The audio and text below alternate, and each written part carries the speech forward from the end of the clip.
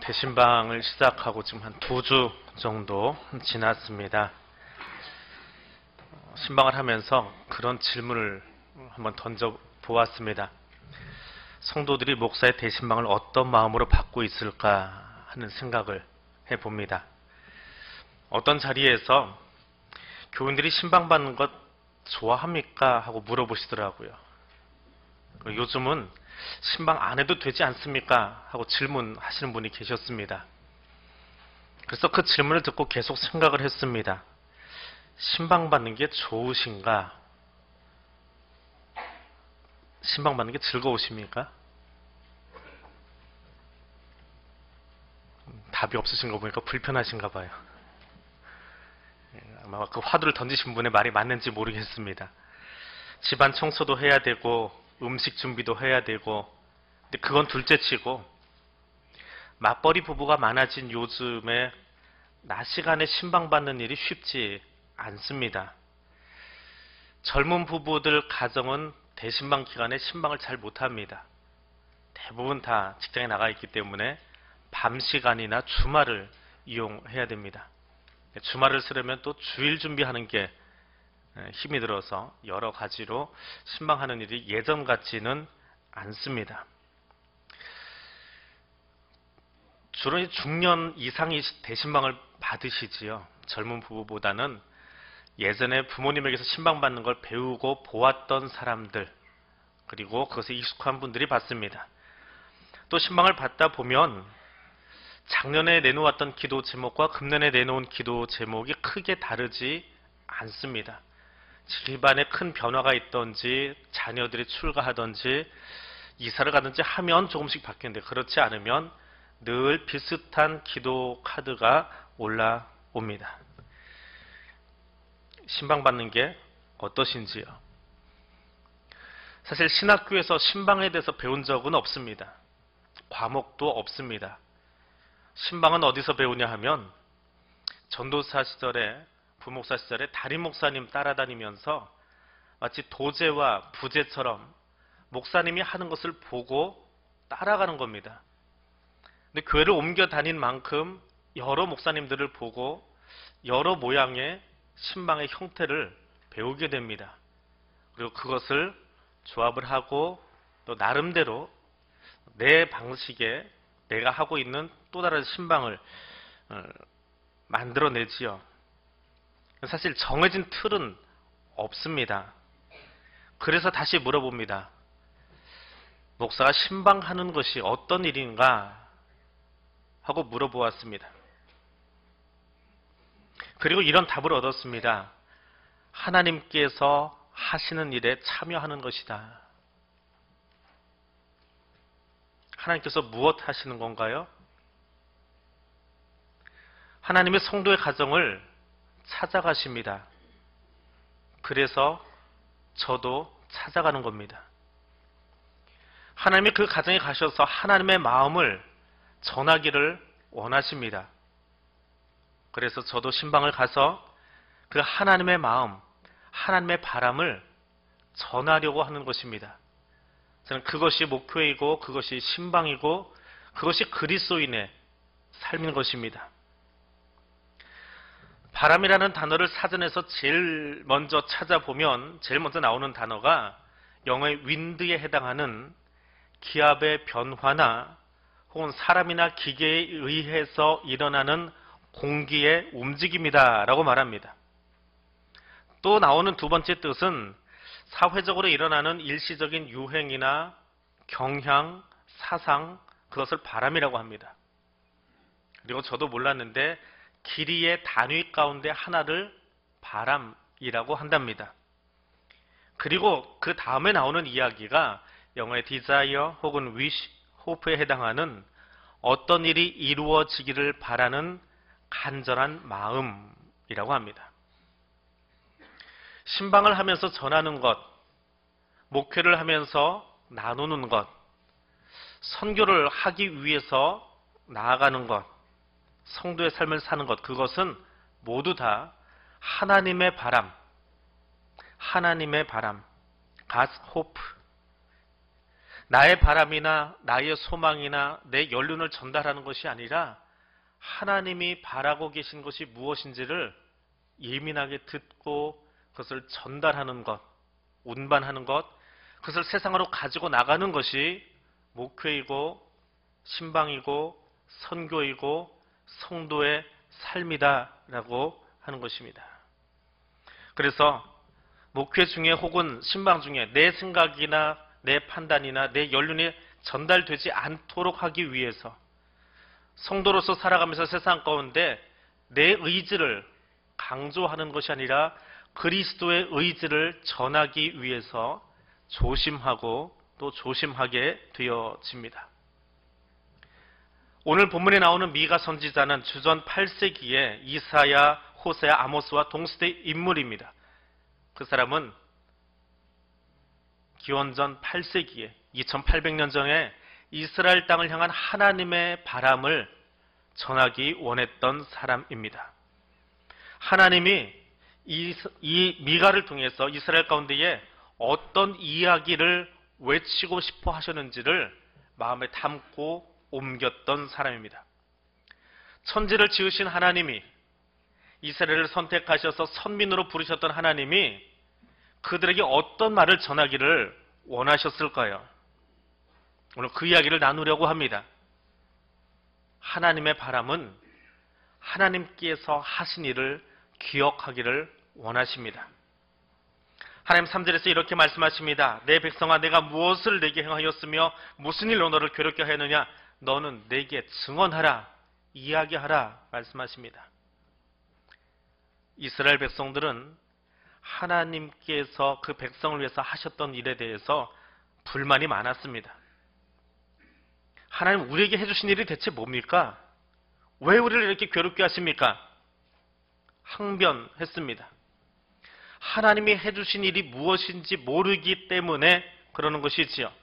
여기에 대한 하나님의 답이 3절입니다. 내가 언제 너희에게 무관심했니? 내가 언제 너를 괴롭게 했니? 하나님은 계속해서 뒤에 나오는 이야기를 통해서 이스라엘을 향해 펼치셨던 과거의 이야기를 끌어내십니다.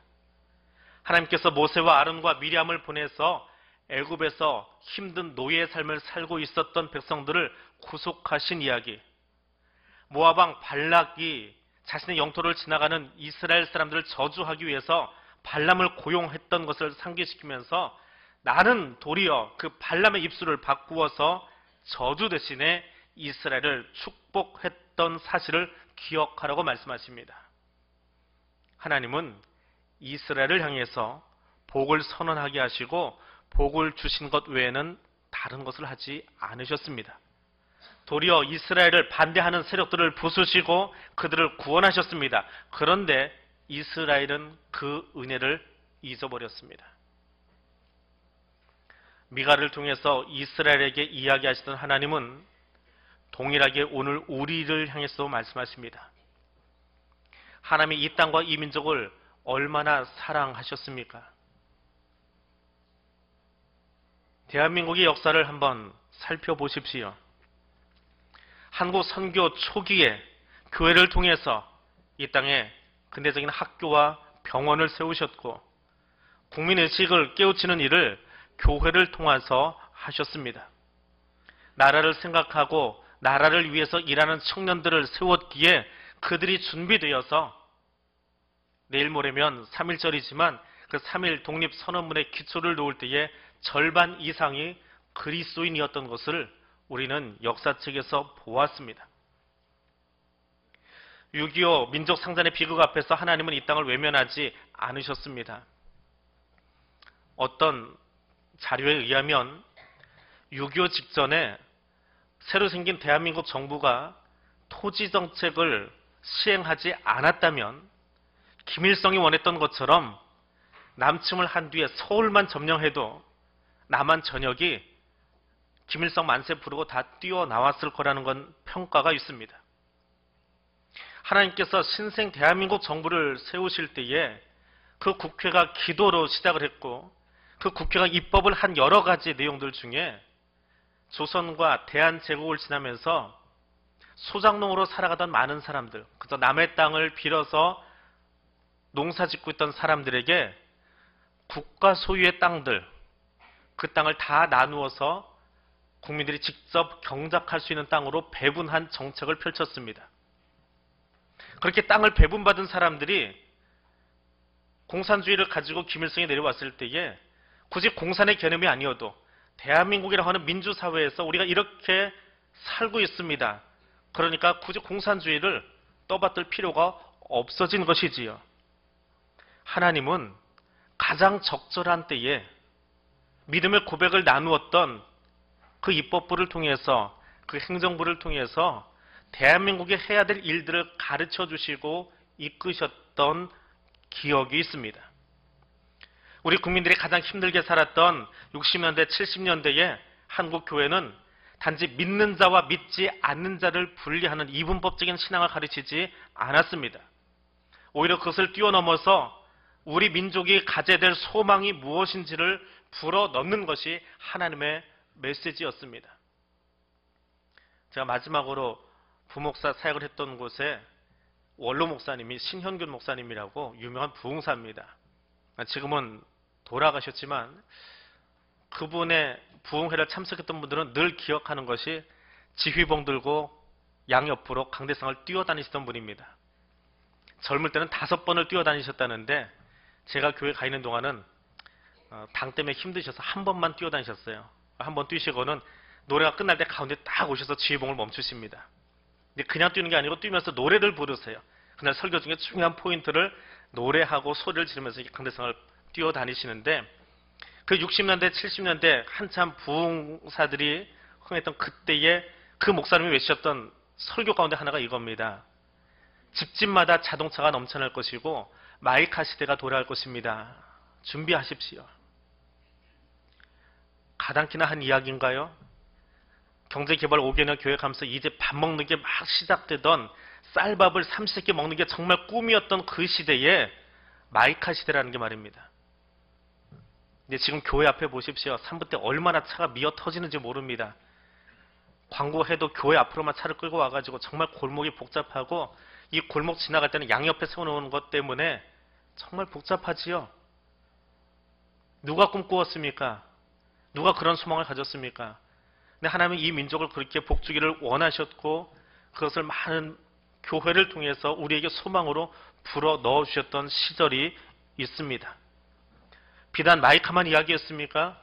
구국성회를 통해서 통일한국을 준비시키시고 통일에 대한 작업을 할 수 있도록 미리 그때에 60년대, 70년대 한국 교회에서 기도하던 그 사람들이 이제 통일사역을 위해서 일하고 있는 것을 보게 되어집니다. 지금 우리는 어떻습니까? 이스라엘 백성들처럼 30년, 40년 전에 이 땅에 소망을 안겨주시고 민족 복음화와 통일을 준비하게 하셨던 그 하나님의 비전을 잊어버리고 있지 않습니까? 그리고 똑같이 하나님, 우리에게 해준 게 대체 무엇입니까? 우리를 왜 이렇게 힘들게 하십니까? 왜 우리를 괴롭게 하십니까? 뉴스를 보면서 탄식만 하고 있지는 않은지요. 하나님이 행하신 역사와 하나님이 행하신 일들을 기억할 수 있는 교회와 민족이 될 수 있기를 원합니다. 하나님께서는 오늘 우리에게 더 큰 은혜를 베풀기를 원하고 계시는데 그 손길을 바라볼 수 있는 눈들이 되어지기를 원합니다. 두 번째로 하나님이 우리에게 주기 원하시는 바람은 하나님께서 우리를 향해 펼쳤던 사랑을 기억하기를, 알기를 원하십니다.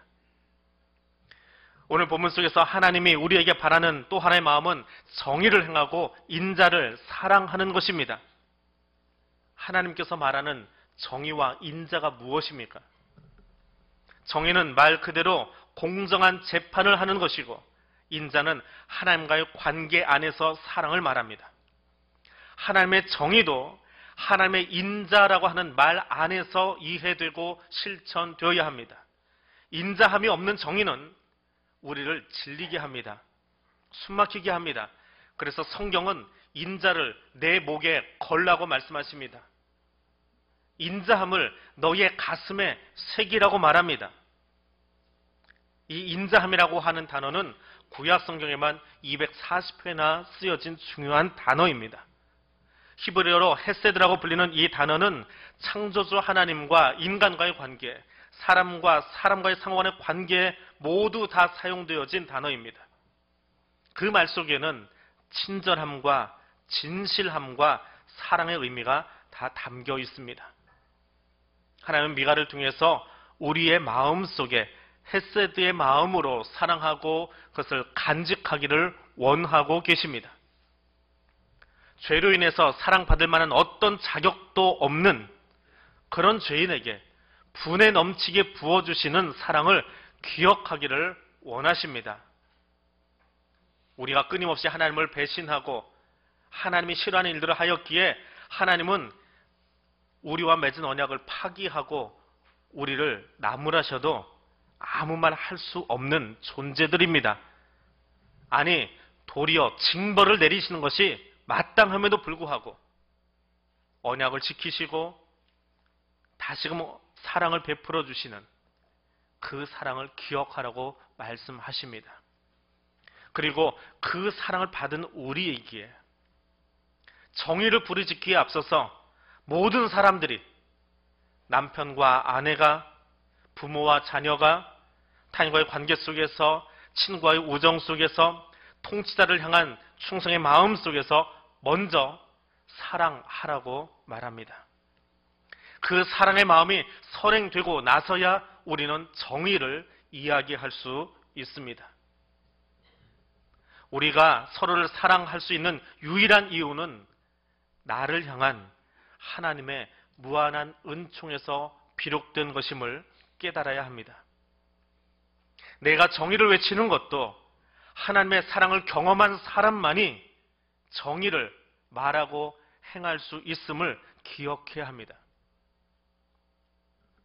죄가 관영한 세상 가운데에, 죄악이 가득한 땅 가운데에, 그래서 그 죄로 말미암아 보응받아 마땅한 땅 가운데에 노아가 방주를 만들기 시작합니다. 그런데 노아는 하나님이 그 방주의 문을 닫으실 때까지, 결국 마지막에는 그 방주 안에 자기 가족밖에 타지 못했지만 하나님이 닫으실 때까지 그가 했던 마지막 사역은 방주 만드는 것과 사람들이 들어오도록 외치는 일뿐이었습니다. 그 죄인들을 향해서, 그 물에 빠져 죽어야 할 그 사람들을 향해서 끊임없이 하나님의 사랑으로 외치는 것이 노아의 사역이었습니다. 방주의 문을 닫으시고 심판하시는 것은 하나님의 일이고, 노아는 내가 받은 사랑으로, 이 많은 사람들 가운데 내가 선택받았다는 그 사랑으로 외치는 것이, 그리고 사람들의 말에도 불구하고 방주를 만드는 것이 그의 사역이었습니다. 정의가 앞서간다면 십자가에 달리신 예수님이 좌우편의 강도를 향해서 판단하시는 것이 마땅하지요. 그러나 십자가에 달리신 주님은 주의 사랑에 기대어서 용서를 구하는 모든 사람에게, 비록 로마가 사형을 언도하고 십자가에 못 박아버린 강도이지만 그 사람에게까지도 천국을 약속하셨습니다. 이것이 우리가 감당할 수 없는, 우리가 이해할 수 없는 하나님의 헤세드의 사랑입니다. 우리가 헤세드의 사랑으로 사랑해야 될 이유가 무엇입니까? 하나님이 그 사랑으로 나를 사랑해 주셨기 때문에 그렇습니다. 그 사랑이 무엇인지를 이미 확증해서 보여주셨기 때문에 그렇습니다. 주님이 보여주신 그 사랑의 실천자로 오늘을 살아가는 그리스도의 사람들 되시기를 바랍니다. 하나님의 바람, 그 세 번째는 하나님과 동행하기를 원하십니다. 그 마음으로 살아갈 수 있기를 원합니다. 하나님께서 미가를 통해서 보여주신 하나님의 바람, 하나님의 소원, 하나님과 함께 동행하는 것입니다. 하나님이 정말 간절하게 바라시는 것, 그것은 하나님과 그 백성이 함께 걷는 일입니다. 하나님께서 우리에게 원하시는 것이 무엇이냐? 이 말을 들으면 어떤 느낌이 드십니까? 누군가와 이야기를 나누고 있습니다. 이야기를 나누는데 보통 그 사람의 마음이 이해가 되지 않습니다. 잘 읽어지지가 않습니다. 공감하고 싶은데 충분히 공감이 일어나지 않습니다. 근데 이야기를 나누고 있던 아내가 혹은 남편이 혹은 친구가 갑자기 내 눈을 쳐다보면서 그렇게 질문합니다. 너 내가 하는 말이 뭔지 알아듣기는 하는 거냐? 그때 난감했던 기억이 있으시지요? 열심히 들으려고 노력은 하고 있는데 듣는 것 같이 듣는 척 하고는 있는데 이해가 잘 안 되는 거예요. 마음에 와닿지 않는 거예요. 근데 갑자기 저쪽에서 이야기를 합니다. 내 말 알아듣고 있냐고. 어떻습니까? 그냥 눈 질끈 감아버리고 싶지요? 감을 수 있겠습니까? 감지를 못하고 그냥 쳐다는 보고 있는데 사실은 감고 있는 거예요. 빨리 그 다음 말을 저 사람이 해줬으면 이 위기를 모면할 수 있게. 그런 마음이 들지 않으십니까? 하나님께서 우리에게 말씀하십니다. 내가 원하는 게 뭔지 아니? 뭐라고 답하시겠습니까? 그 부담감이 느껴지는 그 말씀 앞에서 말입니다. 하나님은 그 부담감을 우리가 갖지 않도록 이야기해 주십니다. 내가 나와 동행하기를 원해. 그런데 놀라운 사실은 내가 나와 동행하기를 원한다라고 요청하시는 그 하나님이시지만 실상은 하나님이 이미 내 옆에서 나와 벌써 걷고 계신다는 사실입니다. 하나님의 음성을 듣고 맞아요, 내가 하나님과 함께 걷겠습니다라고 마음에 결단하기 전에 하나님은 이미 우리와 함께 하고 계십니다. 내가 결단하기에 앞서서, 내가 헌신하기에 앞서서 하나님은 이미 나를 찾아와 계십니다. 내가 손을 내밀어서 하나님 손을 잡고 싶은데 내가 손 내밀기 전에 하나님은 벌써 내 옆에 와서 내 손을 잡고 계신다는 사실입니다. 이스라엘이 홍해를 건널 때에 이스라엘 백성들은 홍해 앞에서 두려운 마음으로 하나님의 행하심을 바라보고 있는데 하나님은 이미 홍해 건너편 광야에서 이스라엘 백성들을 어떻게 교육시키실지 교육 커리큘럼을 다 준비해 놓고 계신 하나님이시라는 거예요. 그리고 이스라엘 백성들은 홍해 앞에 서 있지만 하나님은 그 백성들 뒤에 쫓아오고 있는 애굽의 군대가 이스라엘을 넘보지 못하도록 장벽을 치고 지켜주시는 하나님이시더라라고 하는 겁니다. 십자가 위에서 주님이 매달려 계실 때에 제자들이 나는 모릅니다 하고 다 도망가 버렸습니다. 로마 군병들의 시퍼런 창끝이 예수의 옆구리를 찌르고 있습니다. 그런데 주님 그 상황에서 주님 저들이 하는 것을 알지 못합니다. 저들을 용서해 주십시오라고 말씀하고 계십니다. 그리고 더 행복한 상상을 해봅니다. 주님은 그곳에서 그 십자가 위에서 부활 이후에 주님이 하실 일들을 준비하고 계셨어요. 부끄러움으로 도망가버린 제자들에게 부끄러운 마음을 어떻게 안아주고 그들이 부끄럽지 않게 다시 나와 사역할 수 있을지 그들과 함께 나눌 아침 식단을 그곳에서 생각하고 계시지 않았을까요? 그것이 나의 주님이십니다. 우리가 동행하겠다고 나서기 전에 주님은 이미 우리와 동행하고 계십니다. 세상 끝까지 우리와 함께 하시겠다고 말씀하십니다. 부활하신 주님께서 제자들 앞에 서서 승천하시면서 너희는 가서 모든 민족을 제자로 삼아 아버지와 아들과 성령의 이름으로 세례를 베풀고 너희에게 분부한 모든 것을 가르쳐 지키게 하라. 얼마나 숨이 가쁘고 무거운 명령입니까? 그거 어떻게 해야 돼요?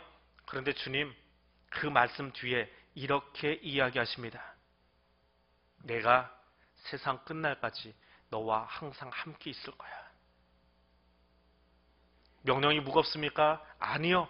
무겁지 않아요. 왜? 주님이 이미 선교지에 가 계시고요. 주님이 전도할 사람들 앞에 찾아가 계시고요. 주님이 신방할 가정에 이미 가 계시고요.